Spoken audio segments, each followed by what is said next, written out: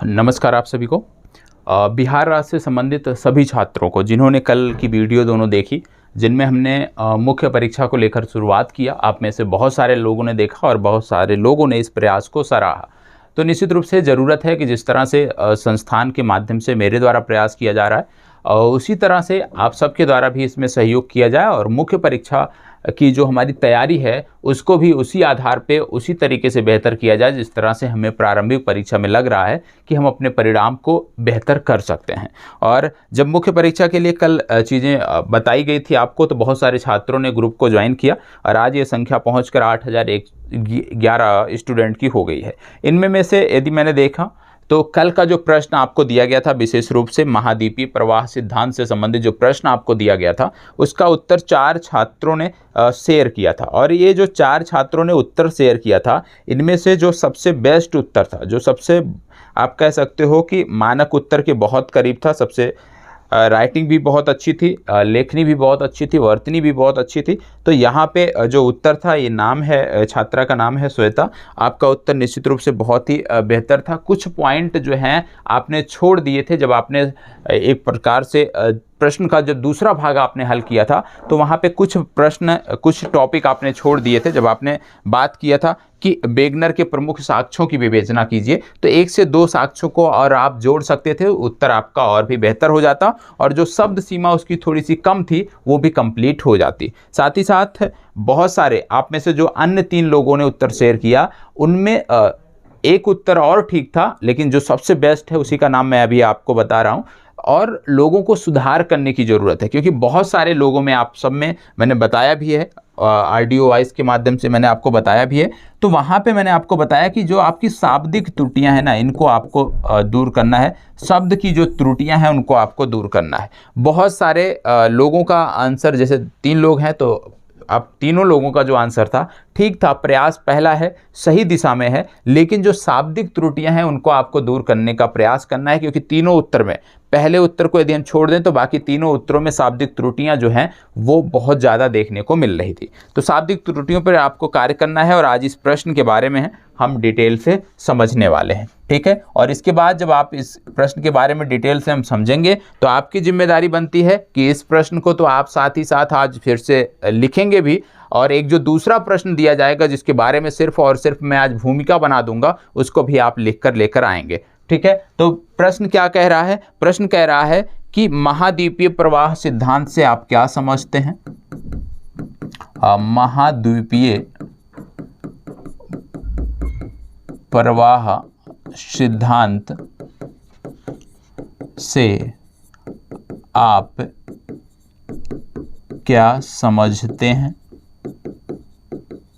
ठीक है, महाद्वीपीय प्रवाह सिद्धांत से आप क्या समझते हैं?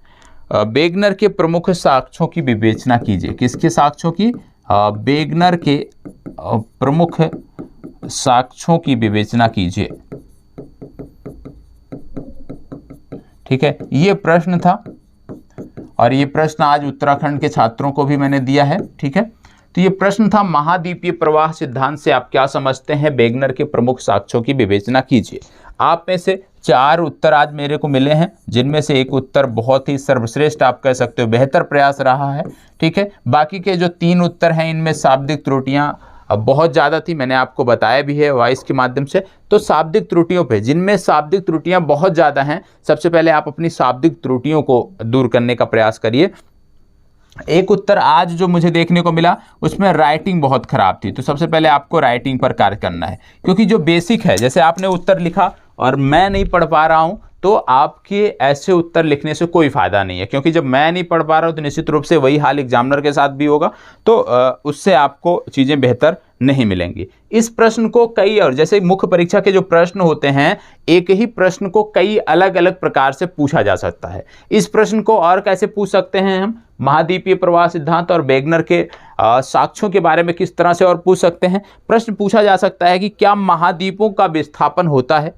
क्या महाद्वीपों का विस्थापन होता है? यदि आपका जवाब हाँ है तो वेगनर के अनुसार किस प्रकार से महाद्वीपीय विस्थापन सिद्धांत को आप प्रमाणित कर सकते हैं। तो कई तरीके से एक ही प्रश्न कई संदर्भों में पूछा जा सकता है, लेकिन कोई भी जब प्रश्न होता है उसका कुछ कीवर्ड होता है। इस प्रश्न में यदि हम बात करें तो सबसे पहली बात यहाँ पे कीवर्ड है महाद्वीपीय प्रवाह सिद्धांत, दूसरा कीवर्ड है यहाँ पर वेगनर के साक्ष्य। ठीक है, तो यहाँ पे इस प्रश्न में 2 कीवर्ड आपको देखने को मिले, मतलब आपका जो उत्तर है वो महाद्वीपीय प्रवाह सिद्धांत और वेगनर के साक्ष्यों के आसपास ही रहना चाहिए, उससे ज़्यादा नहीं जाना चाहिए। ठीक है, प्रश्न के उत्तर पर आने से पहले थोड़ा सी जानकारी मैं यहाँ पे आपको दे देता हूँ, क्योंकि यहाँ पे बात हो रही है वेगनर की। ठीक है, और वेगनर का समय काल वह रहा है जब बहुत सारा आप कह सकते हो भूगोल वेत्ताओं के मध्य, जलवायु कार्यकर्ताओं के मध्य, जलवायु वेत्ताओं के मध्य जो है वो एक होड़ सी मची हुई थी। किस लिए? जलवायु परिवर्तन की व्याख्या को लेकर एक होड़ सी मची हुई थी। और आपको बता दें वेगनर का जो सिद्धांत था ये वर्ष 1912 में आ चुका था। हालांकि ये लोगों के सामने जो है वो 1922 में आया। ठीक है, हालांकि सिद्धांत 1912 में दिया गया था वेगनर के द्वारा, लेकिन ये लोगों के समक्ष 1922 में आया। अब बात आ रही है, जैसे मैंने बोला कि वो समय काल था जब ज़्यादा से ज़्यादा जो भूगोल वेत्ता थे, ज़्यादा से ज़्यादा जो जलवायु कार्यकर्ता, जलवायुविद थे, तो इस प्रकार के जो लोग थे ना, वो जलवायु वेत्ता आप कह लीजिए, इस प्रकार के जो लोग थे वो इसमें प्रयास कर रहे थे कि किस प्रकार से पृथ्वी की उत्पत्ति हुई, किस प्रकार से जलवायु बदलती है महाद्वीपों में, किस प्रकार से एक ही महाद्वीप में अलग अलग प्रकार की जलवायु पाई जाती है, किस प्रकार से एक ही महाद्वीप के आप कह सकते हो वनस्पतियों में विभिन्नता देखने को मिलती है। तो इन सभी में जो कार्य कर रहे थे उनमें से एक आपके थे वेगनर महोदय, और वेगनर महोदय भी यही कार्य कर रहे थे। वेगनर महोदय जो थे ये सबसे पहले जलवायु परिवर्तन क्यों होता है इसकी व्याख्या करना चाहते थे। तो जलवायु परिवर्तन को लेकर ये कार्य कर रहे थे, और इन्होंने देखा कि जैसे कि एक ही महादेश है अफ्रीका महादेश में इन्होंने देखा कि अलग अलग जलवायु दशाएं देखने को मिलती है। इन्होंने देखा कि एशिया महाद्वीप है, यहाँ पर भी अलग अलग जलवायु पेटियां देखने को मिलती हैं। तो कहने का मतलब था कि जब इन्होंने देखा कि जैसे अफ्रीका महादेश है, तो अफ्रीका महादेश में ही क्यों जलवायु में विभिन्नता पाई जाती है, तो इनका ध्यान गया कि ऐसा तो नहीं कि जलवायु जो पेटियां होती हैं वो खिसकती हैं। तो इसके 2 ही कारण हो सकते थे। जैसे कोई एक महादेश है उसमें 2 से 3 प्रकार की यदि जलवायु पाई जाती है, जलवायु विशेषताएं देखने को मिलती हैं, साक्ष्य मिलते हैं, तो इसका मतलब क्या है कि उन क्षेत्रों में मतलब जलवायु अलग अलग रही होगी। अब जलवायु अलग अलग कैसे हो सकती है? या तो जो हमारे आप जानते होंगे, आपने पढ़ा होगा कि जलवायु पेटियां होती हैं, जलवायु पेटियां होती हैं। अब 2 ही तरीके से जलवायु परिवर्तित हो सकता है। या तो ये जो जलवायु पेटी है ये जो है भूखंड के पास जाए, जिस भूखंड की आप बात कर रहे हो, या तो भूखंड जो है, या तो भूखंड जलवायु पेटी के पास जाए। मतलब या तो जो जलवायु है, या तो जो जलवायु है वो उस भूखंड की यदि हम बात करें तो उस भूखंड के पास कभी रही होगी, उस भूखंड पर यह जलवायु कभी पाई गई होगी। और अगर पाई गई होगी तो क्योंकि जलवायु पेटियां जो हैं वो स्थिर रहती हैं, मतलब भूखंड जो है वो उसके पास गए होंगे। तो यहाँ से एक चीज़ स्पष्ट हुआ कि जो जलवायु पेटियां हैं वो फिक्स हैं, और जो भूखंड हैं ये गति कर रहे हैं, और विभिन्न समयों पर ये अलग अलग जलवायु दशाओं से गुजरते हैं, और उन्हीं जलवायु दशाओं के साक्ष्य जो हैं वो उस भूखंड विशेष पर मिलते हैं। जैसे अफ्रीका में बहुत सारे जलवायु दशाएं पाई जाती हैं, बहुत सारे जलवायु दशाओं के प्रकार आपको देखने को मिलते होंगे। और आपने देखा इसका वैज्ञानिक आधार भी है।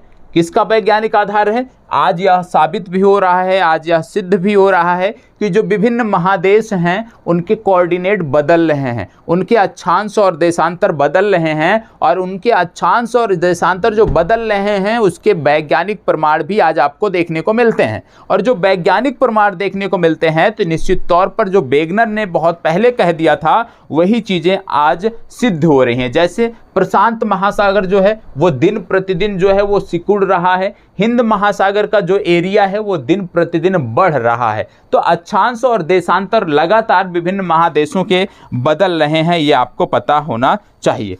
तो यहाँ से यह सिद्ध हो गया कि महाद्वीप जो हैं वो खिसकते हैं, और जब महाद्वीप खिसकते हैं तो विभिन्न जलवायु पेटियों से गुजरते हैं, क्योंकि जलवायु पेटियां फिक्स हैं। तो ये जब विभिन्न जलवायु पेटियों से गुजरते हैं तो उन दशाओं को इनमें देखा जाता है, और विभिन्न समयों में जो है वो दशाएं इन पर देखने को मिलती हैं। साक्ष्यों के रूप में इन भूखंडों पर जो है वो दशाएं आज भी बनी हुई हैं। अब इसके बाद यदि हम आगे बढ़ें तो आगे हम देखते हैं इसमें कि वेगनर की बात अब हम कर लेते हैं। ठीक है, वेगनर का उद्देश्य क्या था वो हमने समझा कि वेगनर का उद्देश्य था जलवायु परिवर्तनों की व्याख्या करना। सबसे पहली बात ये आप कान खोलकर सुन लीजिए कि वेगनर का उद्देश्य क्या था, जलवायु परिवर्तनों की व्याख्या करना। क्योंकि इन्होंने देखा था कि देखो क्या होता है, पुस्तकों से जब हम रटते हैं तो कुछ चीज़ें होती हैं वो हमें समझ में नहीं आती हैं, लेकिन जब हम किसी चीज़ को देखकर समझते हैं, सुनकर समझते हैं तो हमारे दिमाग में बैठ जाता है। ठीक है, तो याद रखिएगा वेगनर जो थे ये कोई भूगोल वेदता नहीं थे। वेगनर जो थे एक जलवायु वेदता थे, और इनका काम था कि जो इनका जो वर्क था, इनका जो उद्देश्य था वो यही पता लगाना था कि किस प्रकार से विभिन्न समयों में जो है वो जलवायु में परिवर्तन हुआ है। अब इसमें यदि हम देखें तो जलवायु परिवर्तन की जब व्याख्या के लिए काम करना शुरू किए तो इन्होंने बहुत सारी थ्योरी दी, जो आज के वैज्ञानिक, यदि हम देखें आज के वैज्ञानिक युग को कहीं ना कहीं वो आधार देती है, और इनकी थ्योरी आज के वैज्ञानिक युग में प्रमाणित भी होती है। जलवायु परिवर्तनों की व्याख्या में इन्होंने सबसे पहले देखा कि जैसे अफ्रीका महादेश है, तो अफ्रीका महादेश में कई प्रकार की जलवायु दशाओं के साक्ष्य देखने को मिलते हैं। तो जब कई प्रकार के जलवायु दशाओं के साक्ष्य देखने को मिलते हैं तो बात यहाँ आती है कि वो जो भूखंड है, क्या जलवायु दशाएं उस भूखंड पर अलग अलग समयों में अलग अलग प्रकार की रही हैं, या जलवायु दशाएं जहां पर थी वहां पर ये जो भूखंड था ये मूव करता हुआ कभी किसी समय गया था। तो यहाँ से जब इन चीज़ों का इन्होंने अध्ययन किया, इस पर रिसर्च किया, तो इन्हें पता चला कि महादेश जो हैं ये विभिन्न जलवायु दशाओं से गुजरते हुए आज की स्थिति में बने हुए हैं। तो कहने का मतलब था कि जो जलवायु पेटियां थी वो फिक्स थी, बल्कि महादेश जो है ये गुजरते हुए उन तक जाते थे, और आज की दशा हमें प्राप्त हुई है। और इस प्रकार से उनके साक्ष्य आज के समय में इन भूखंडों पर देखने को मिलते हैं। तो यहाँ से स्पष्ट हो गया कि भूखंड जो हैं वो मूव कर रहे हैं। और आज की तिथि में आप देख रहे होंगे, जैसे मैंने बोला कि प्रशांत महासागर सिकुड़ रहा है, हिंद महासागर का लगातार विस्तार हो रहा है, देशों के जो अक्षांश और देशांतर हैं वो बदल रहे हैं। इससे पता चल रहा है कि जो भूखंड हैं वो गतिमान हैं। ठीक है, अब बात आती है वेगनर महोदय की। वेगनर महोदय की यदि हम बात करें तो वेगनर महोदय बहुत ही परेशान थे।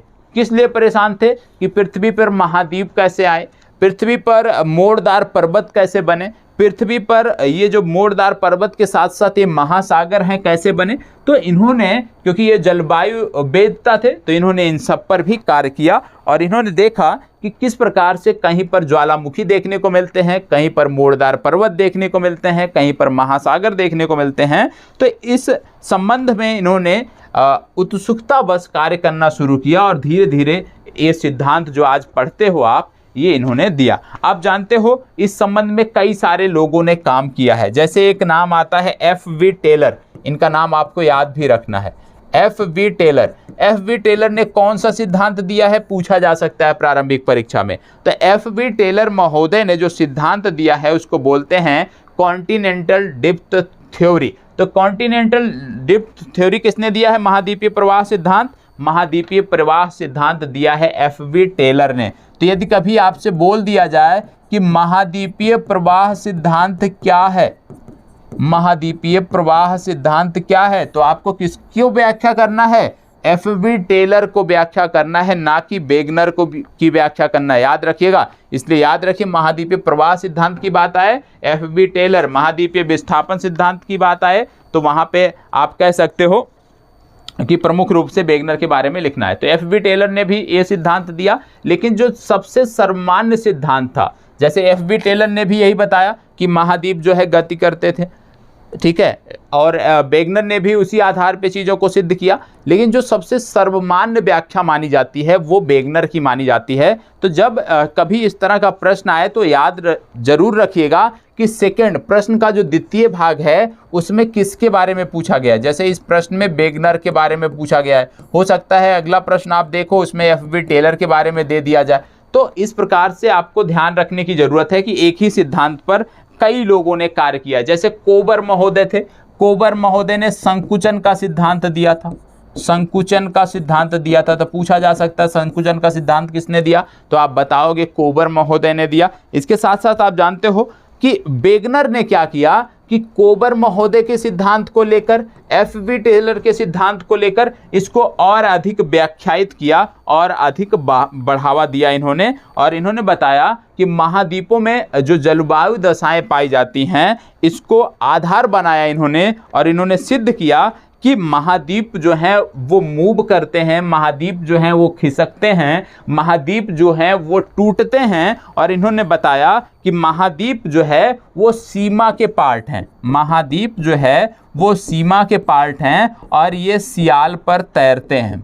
ठीक है, महाद्वीप सीमा के पार्ट हैं और ये सियाल पर तैरते हैं। आज की तिथि में यदि हम देखें तो सीमा और सियाल की यदि आप बात करते हो तो वही चीज हो गया जिसको आप बोलते हो भू प्रॉपर्टी और मेंटल। ठीक है, आज के संदर्भ में यही आप बोलते हो भू प्रॉपर्टी और मेंटल, वही चीज पहले बोली जाती थी उस समय, सीमा और सियाल। तो सीमा और सियाल कुछ नहीं है बल्कि भू प्रॉपर्टी और मेंटल की बात है। और महाद्वीपों के मूवमेंट के कारण ही मोड़दार पर्वतों का निर्माण इनके किनारों पर हुआ है। ठीक है, मोड़दार पर्वतों का जो निर्माण आप देखते हो, चाहे आप रॉकी पर्वत देखो, चाहे आप एंडीज पर्वत देखो, चाहे आप हिमालय पर्वत देखो, ये कहीं ना कहीं ये जो मोड़दार पर्वत हैं इनके किनारों पर, इनका निर्माण भी इनके विस्थापन के कारण ही हुआ है। और यह जो सिद्धांत था कहीं ना कहीं प्लेट विवर्तनिकी को आधार प्रदान करता था और उसी आधार पर चीजें आपको देखने को मिलती हैं। अब यहाँ पे बात आती है मान्यता। इन्होंने अपना सिद्धांत, वेगनर महोदय ने अपना सिद्धांत, अपनी चीज़ों को सिद्ध करने के लिए कुछ चीज़ें मान लिया। जैसे हम भी पढ़ते थे पहले मैथ, तो हम मान लेते थे माना 4 व्यक्तियों का काम कर एक व्यक्ति कर सकता है, इस तरह से हम मान लेते थे। तो जो हम मानने वाला काम करते थे ना, वही काम इन्होंने भी किया। और इन्होंने क्या माना, इन्होंने माना कि हमारी जो पृथ्वी है वो सियाल और सीमा से मिलकर बनी है। इन्होंने सबसे पहले माना कि हमारी जो पृथ्वी है वो सियाल और सीमा से मिलकर बनी है, जिसमें जो सीमा है ये हल्का भाग, सियाल जो है ये हल्का होता है और यह सीमा के ऊपर तैरता रहता है। ठीक है, तो सियाल जो है हल्का भाग था और इसी को आज भू प्रॉपर्टी भी कहते हैं और सीमा को आप मेंटल भी कहते हो। तो भू प्रॉपर्टी, मेंटल तथा क्रोड जो आप पढ़ते हो उसी की बात यहाँ पर हो रही है। यहाँ पे आपको तीसरा इन्होंने क्या माना, तीसरा इन्होंने माना कि कार्बोनीफेरस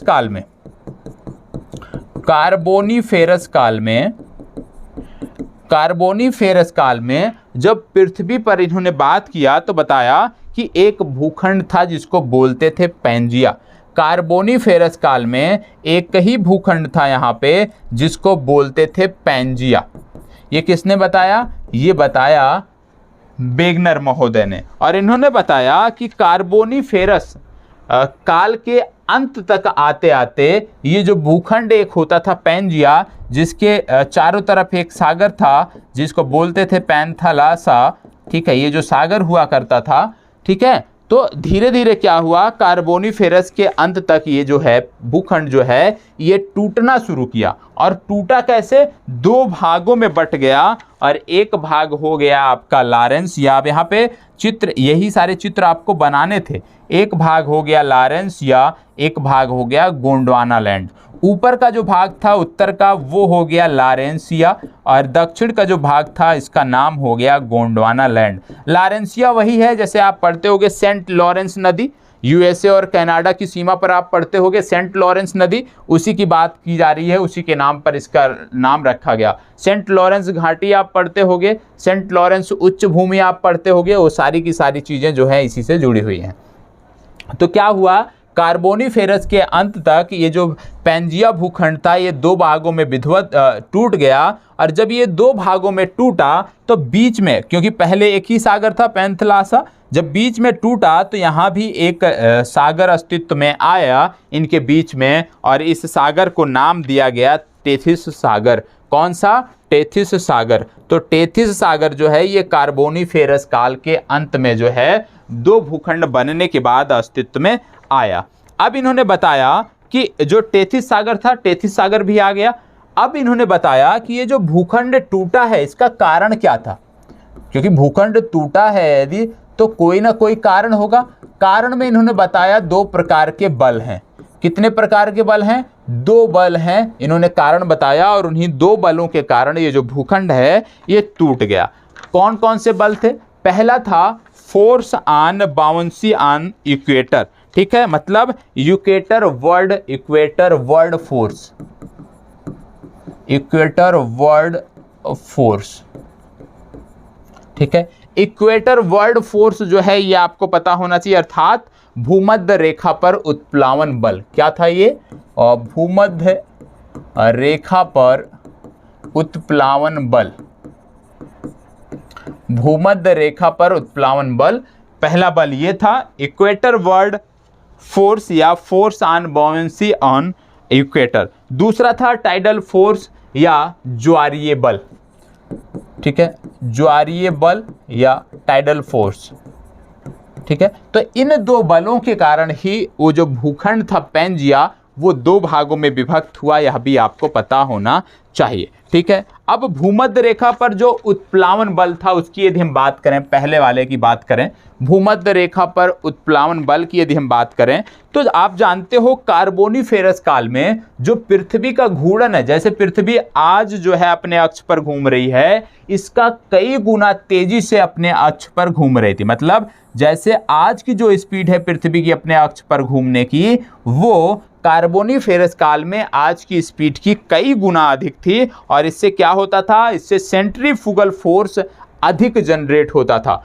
और इसके कारण जब सेंट्रीफ्यूगल फोर्स अधिक जनरेट होता था, वही कारण बना कि ये जो भूखंड था ये सेंट्रीफ्यूगल फोर्स क्योंकि बहुत अधिक जनरेट हो रहा था इसलिए ये टूटा। दूसरा टाइडल फोर्स, जैसे आपको बताया गया ज्वारीय बल, ज्वारीय बल के कारण क्या हुआ कि चंद्रमा और पृथ्वी, आप जानते हो ज्वारीय बल क्यों ज़्यादा था उस समय, क्योंकि ऐसा बोला जाता था कि कार्बोनिफेरस काल में चंद्रमा और पृथ्वी के बीच की जो दूरी है वो बहुत कम थी, और चंद्रमा और पृथ्वी के बीच की दूरी के कम होने के कारण क्या है कि जो ज्वारीय बल था, जो टाइडल फोर्स था, वो बहुत ज़्यादा होता था। और टाइडल फोर्स बहुत ज़्यादा होने के कारण क्या है कि जब भूखंड टूटा, जब ये भूखंड दो भागों में बंट गया तो ये पश्चिम की तरफ खिसकना शुरू कर दिया। और पश्चिम की तरफ खिसकना क्यों शुरू कर दिया?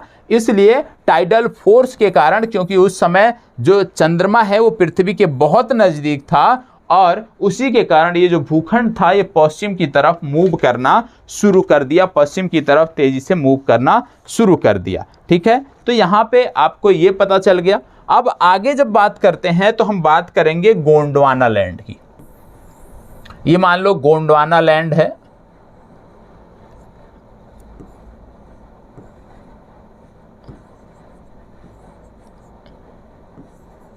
ठीक है, ये गोंडवाना लैंड का हिस्सा था।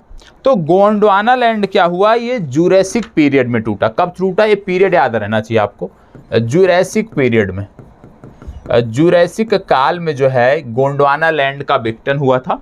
और गोंडवाना लैंड का जब विघटन हुआ था तो क्या हुआ? गोंडवाना लैंड के विघटन के कारण अटलांटिक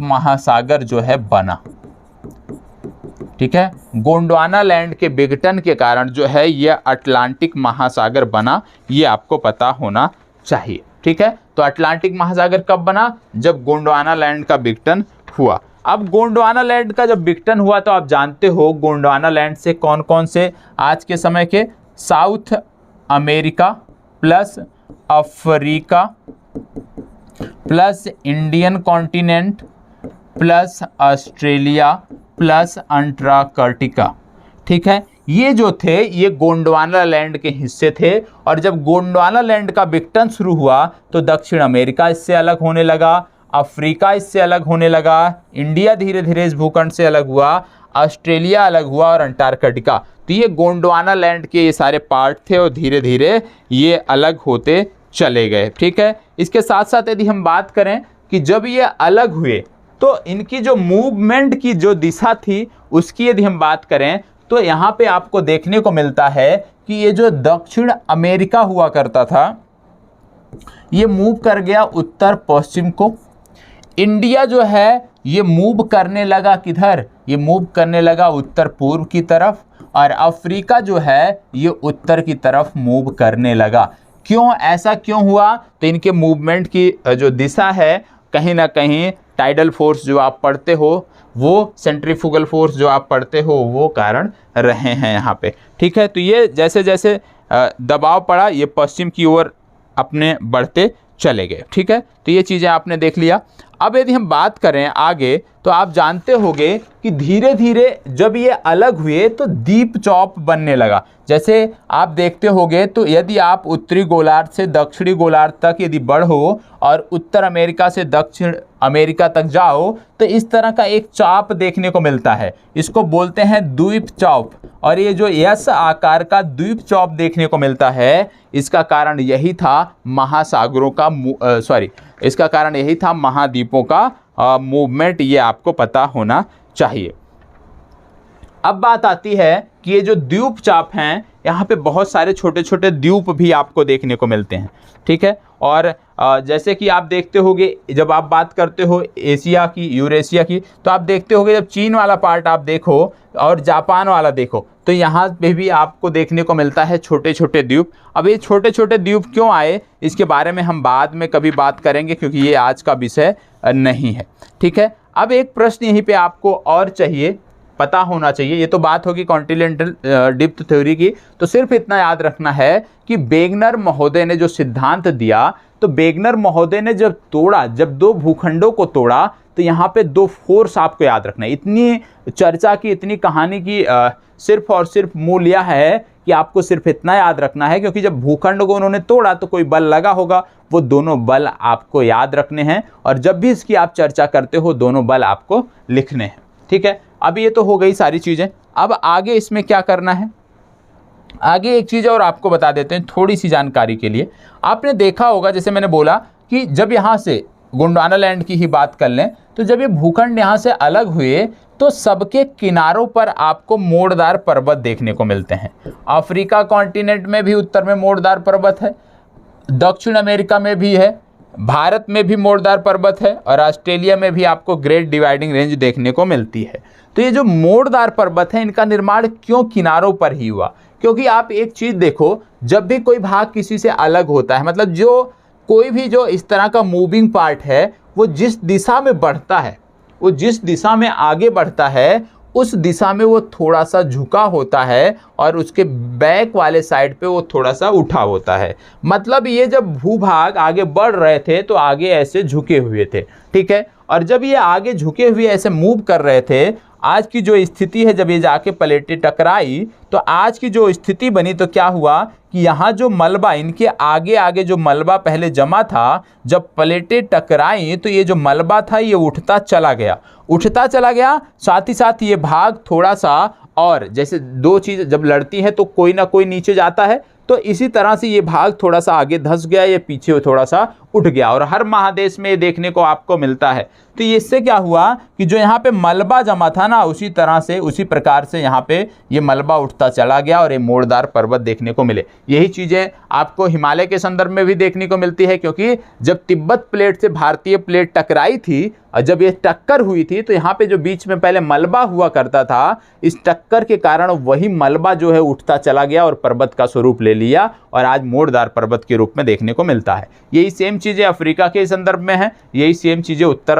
अमेरिका के संदर्भ में है। तो यदि आपसे कभी पूछ लिया जाए कि मोड़दार पर्वतों की उत्पत्ति जो है महादेशों के तटीय भागों में ही होती है, क्यों? तो आपको पहले प्लेट विवर्तनिकी हो गया या वेगनर का सिद्धांत हो गया, इसको आप अच्छे से समझाओगे। ठीक है। इसको समझाने के बाद फिर आप मूवमेंट को दिखाओगे कि किस प्रकार से मूवमेंट हुआ, और उसके बाद ये साक्ष्य आप दोगे कि किस कारण से इसका निर्माण हुआ, ठीक है।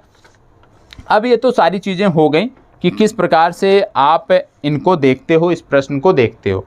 अब आ जाते हैं हम इस प्रश्न से संदर्भित कि किस क्या क्या इसमें लिखना था, क्योंकि अभी दूसरा भाग की बात हम करेंगे जब साक्ष्य की बात करेंगे। तो प्रश्न था महाद्वीपीय प्रवाह सिद्धांत से आप क्या समझते हैं, वेगनर के प्रमुख साक्ष्यों की विवेचना कीजिए। महाद्वीपीय प्रवाह सिद्धांत से आप क्या समझते हैं, वेगनर के प्रमुख साक्ष्यों की विवेचना कीजिए। ये आज का प्रश्न, कल का प्रश्न था। अब बहुत सारे लोगों ने लिखा, जैसे मैंने बोला था कि सबसे पहले प्रश्न को, पहला काम प्रश्न को ध्यान से पढ़ना है, कम से कम 2 बार पढ़ना है। दूसरा काम, जो भी आपको कीवर्ड लगे उसको अंडरलाइन करना, ये प्रतिदिन करना है, कीवर्ड जो है वो अंडरलाइन करना है। तीसरा काम, एक बार फिर से प्रश्न को पढ़ना है और प्रश्न को अब यहाँ पे समझना है कि प्रश्न की मांग क्या है। ये प्रश्न बहुत ही सीधा था, इसमें सीधा पूछ लिया गया था कि महाद्वीपीय प्रवाह सिद्धांत से आप क्या समझते हैं, वेगनर के साक्ष्यों की व्याख्या कीजिए। मतलब ये जो पूरा का पूरा प्रश्न था ये 2 भागों में बटा हुआ था, तो 2 भागों में आपको बांटकर इसको लिखना था, लास्ट में निष्कर्ष लिखना था, इंट्रोडक्शन से आपको शुरुआत करनी थी। अब बात आती है इंट्रोडक्शन में आप क्या लिखोगे, तो क्योंकि ये चर्चा है महाद्वीपीय प्रवाह सिद्धांत की बात हो रही है और महाद्वीपीय प्रवाह सिद्धांत के साथ साथ यहाँ पे वेगनर की बात हो रही है, तो आप जो अपनी चर्चा की शुरुआत करोगे वो महाद्वीपीय प्रवाह सिद्धांत से ही करोगे कि महाद्वीपीय प्रवाह सिद्धांत जो है वो क्या है। जैसे कि महाद्वीपीय प्रवाह सिद्धांत क्या है, तो महाद्वीपीय प्रवाह सिद्धांत के बारे में सबसे पहले आप बताओगे कि लगभग जर्मन जलवायुवेत्ता या अल्फ्रेड वेगनर के अनुसार वर्ष 1900, यदि मैं देखें, सॉरी अल्फ्रेड वेगनर इनका नाम है इसलिए इनका नाम भी पूरा आपको पता होना चाहिए। अल्फ्रेड वेगनर द्वारा सर्वप्रथम वर्ष 1912 में एक सिद्धांत इसके संबंध में दिया गया था। हालांकि इनका जो सिद्धांत था वो 1912 में आया था, लेकिन सार्वजनिक पहुंच जो है इसकी वर्ष 1922 में हो सकी थी। इस सिद्धांत के अनुसार अल्फ्रेड वेगनर ने बताया कि प्रारंभ में सभी भूखंड जो हैं वो एक ही भूखंड के हिस्से थे जिसका नाम पैंजिया हुआ करता था, ठीक है।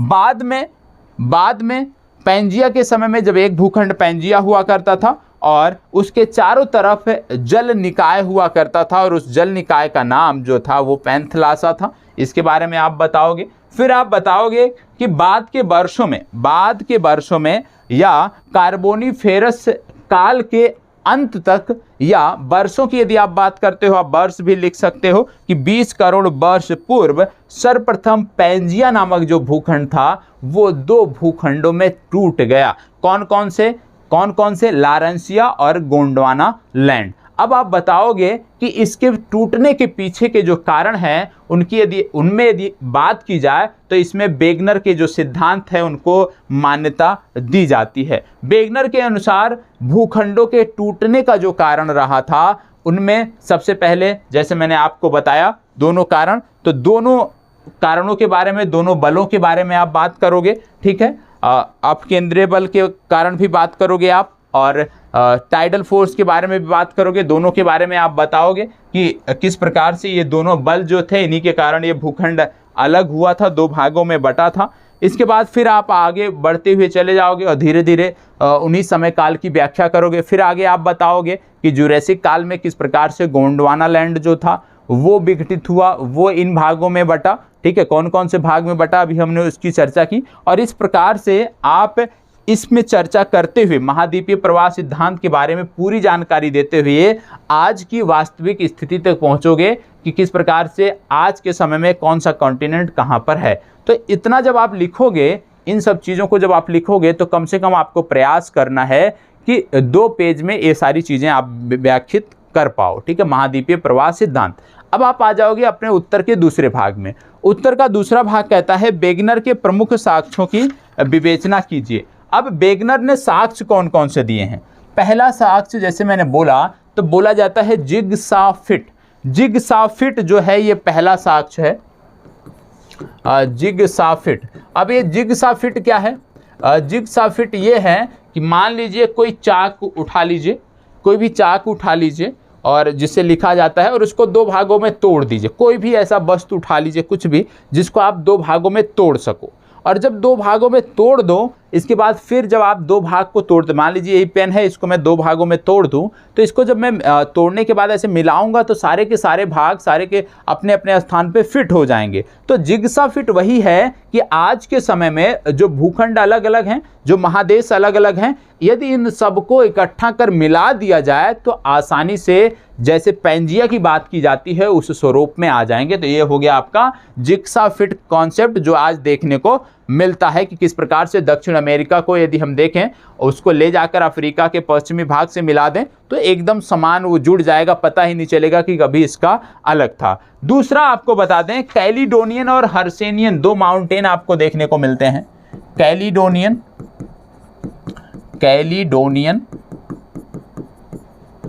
हर्सेनियन,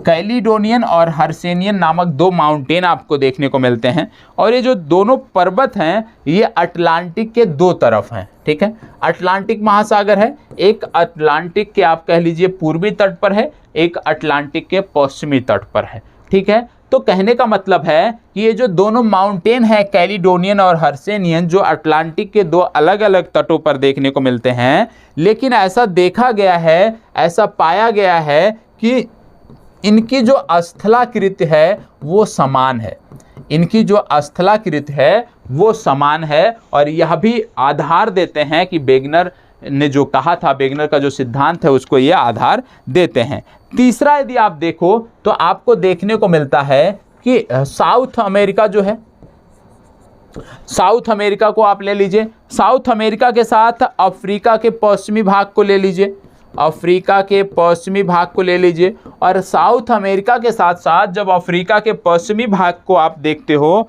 तो आपको देखने को मिलता है कि जो वनस्पतियां साउथ अमेरिका के पूर्वी भागों में देखने को मिलती हैं, समान वनस्पतियां अफ्रीका के पश्चिमी भागों में भी देखने को मिलती हैं। जो स्थलाकृत साउथ अमेरिका के पूर्वी भाग में देखने को मिलती है, समान स्थलाकृतियां अफ्रीका के दक्षिणी भाग पश्चिमी भाग में देखने को मिलती हैं। तो कहने का मतलब है कि यह भी बल देता है इस चीज का। इस प्रकार से चट्टानों में भी समानता है। दक्षिण अमेरिका के पूर्वी भाग में जो चट्टानें हैं वो मेल खाती है अफ्रीका के पश्चिमी भाग के चट्टानों से। बहुत सारे ऐसे जीव जंतु भी हैं, बहुत सारी ऐसी वनस्पतियां भी हैं जो यहाँ पर भी पाई जाती हैं और अफ्रीका में भी पाई जाती हैं, और ये भी साक्ष्य में आ जाता है। इसके साथ साथ एक प्रमुख साक्ष्य यह है कि ग्रीनलैंड जो है, नाम सब सुने होंगे, ग्रीनलैंड ये पश्चिम की तरफ खिसक रहा है। आज भी ये पश्चिम की तरफ खिसक रहा है और इसके खिसकने की जो दर है वो 20 सेंटीमीटर प्रति वर्ष है। 20 सेंटीमीटर प्रति ईयर की दर से ये जो ग्रीनलैंड है ये पश्चिम की तरफ खिसक रहा है। इसको भी आप साक्ष्यों में लोगे कि वेगनर के प्रमुख साक्ष्य ये हैं जो बताते हैं कि महाद्वीपीय प्रवाह सिद्धांत क्या है, जो बताते हैं कि महाद्वीप गति कर रहे हैं, कभी ना कभी ये एक जैसे जुड़े हुए थे, पैंजिया का भाग थे, ये सिद्ध करता है। इसके साथ साथ यदि आप देखो तो पृथ्वी पर कार्बोनिफेरस काल में हिमानीकरण हुआ था। कार्बोनिफेरस काल, ये भी साक्ष्य है, कार्बोनिफेरस काल में हिमानीकरण हुआ था। और जो हिमानीकरण था ये दोनों ध्रुवों से विषुवत रेखा की तरफ हुआ था, दोनों ध्रुवों से विषुवत रेखा की तरफ हुआ था। कब हुआ था? कार्बोनिफेरस काल में। और कार्बोनिफेरस काल में क्या था? कार्बोनिफेरस काल में आपने देखा था कि पैंजिया था, अलग नहीं हुआ था, ठीक है। तो क्योंकि कार्बोनिफेरस काल में जो साक्ष्य मिले हैं, जो इसके साक्ष्य मिले हैं वो दिखाते हैं कि हिमानीकरण जो हुआ था वो दोनों ध्रुवों से विषुवत रेखा की तरफ हुआ था। और आज यह देखने, क्योंकि तब अलग नहीं हुआ था, तभी अलग नहीं हुआ था, और आज जो कार्बोनिफेरस युग के साक्ष्य मिलते हैं, जो कार्बोनिफेरस युग के हिमानीकरण के साक्ष्य मिलते हैं, वो सभी के सभी साक्ष्य कहाँ मिलते हैं? गोंडवाना लैंड वाले हिस्से पर मिलते हैं। मतलब ऐसे भागों पर मिलते हैं जो गोंडवाना लैंड का हिस्सा रहे हैं। क्यों? क्योंकि उस समय तक क्या हुआ था? उस समय तक ये भूखंड टूटा नहीं था और उत्तर में कोई भाग नहीं था, ठीक है। तभी जो आज साक्ष्य देखने को मिलते हैं ज़्यादातर आपको देखने को मिलते हैं गोंडवाना लैंड वाले हिस्से पे, और जो आप रसिया में देखते होंगे, जो आप यूरोप में देखते होंगे हिमानीकरण जो आज के संदर्भ में देखने को मिलता है, ये कार्बोनिफेरस के काल की नहीं है बल्कि उसके बाद के काल की है। ठीक है, तो यह भी आपको याद रखना है कि किस प्रकार से कार्बोनिफेरस काल में जो हिमानीकरण हुआ, जो उत्तरी ध्रुव से दक्षिणी ध्रुव से विषुवत रेखा की तरफ हुआ, लेकिन आज उत्तरी गोलार्ध के जो क्षेत्र हैं उसमें इसके साक्ष्य देखने को नहीं मिलते हैं। सिर्फ दक्षिणी गोलार्ध के जो क्षेत्र हैं वहीं पर इसके साक्ष्य देखने को नहीं मिलते हैं, जो ये बताता है कि ये भूखंड गतिमान थे, ये भूखंड गति कर रहे हैं। इसके साथ साथ आप देखते होंगे विभिन्न समयों में जीवाश्म, जैसे डायनासोर के जीवाश्म मिलते हैं, और डायनासोर के जो जीवाश्म मिलते हैं, मान लो यूरोप में मिला,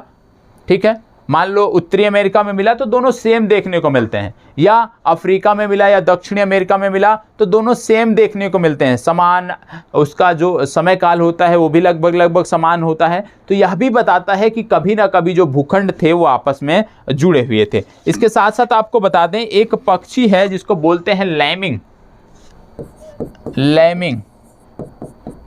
लैमिंग नामक एक पक्षी है, और लैमिंग नामक ये जो पक्षी है ये पाया जाता है स्कैंडिनेविया में। कहाँ पे पाया जाता है? स्कैंडिनेविया में पाया जाता है।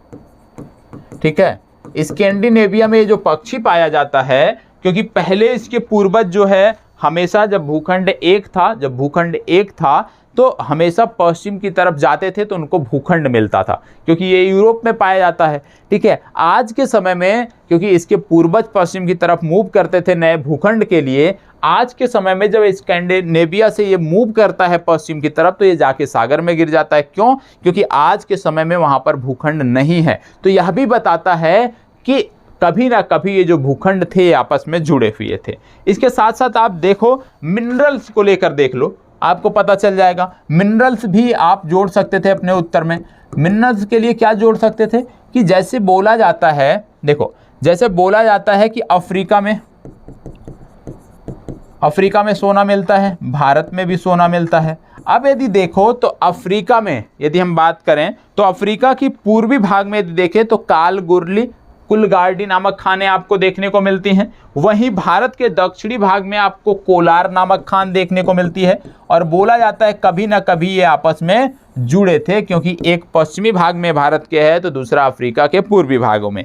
इसी के समान अफ्रीका के यदि आप देखोगे, अफ्रीका के क्षेत्रों में यदि आप देखोगे तो अफ्रीका के में किम्बरले सोने की खान आपको देखने को मिलती है। ठीक है, तो किम्बरले जो सोने की खान है उसी के समान कुछ खानें, गुणवत्ता वाली खानें चिली में देखने को मिलती हैं। तो ऐसे भी बोला जाता है कि ये भूखंड कभी ना कभी आपस में जुड़े हुए थे, और ये साक्ष्य हैं वेगनर के। तो वेगनर के प्रमुख साक्ष्यों में आप क्या लिखोगे? दूसरे जो उत्तर का जो दूसरा भाग है उसमें आप साक्ष्यों में क्या लिखोगे? उसमें आप साक्ष्यों में बताओगे कि वेगनर ने अपने महाद्वीपीय प्रवाह सिद्धांत के संबंध में कई सारे मत प्रस्तुत किए, जिनमें से सर्वमान्य मत निम्नवत हैं, और उन्हीं मतों में सबसे पहले जिग्सा फिट की आप चर्चा कर दोगे। जिग्सा फिट के बाद जैसे मैंने बोला कैलिडोनियन और कैलिडोनियन माउंटेन की बात कर लोगे, आप हर्सेनियन माउंटेन की बात कर लोगे, फिर आप साउथ अमेरिका, दक्षिण अमेरिका के पूर्वी भाग और अफ्रीका के पश्चिमी भाग की तुलना कर लोगे, उनकी चर्चा कर दोगे एक पॉइंट में।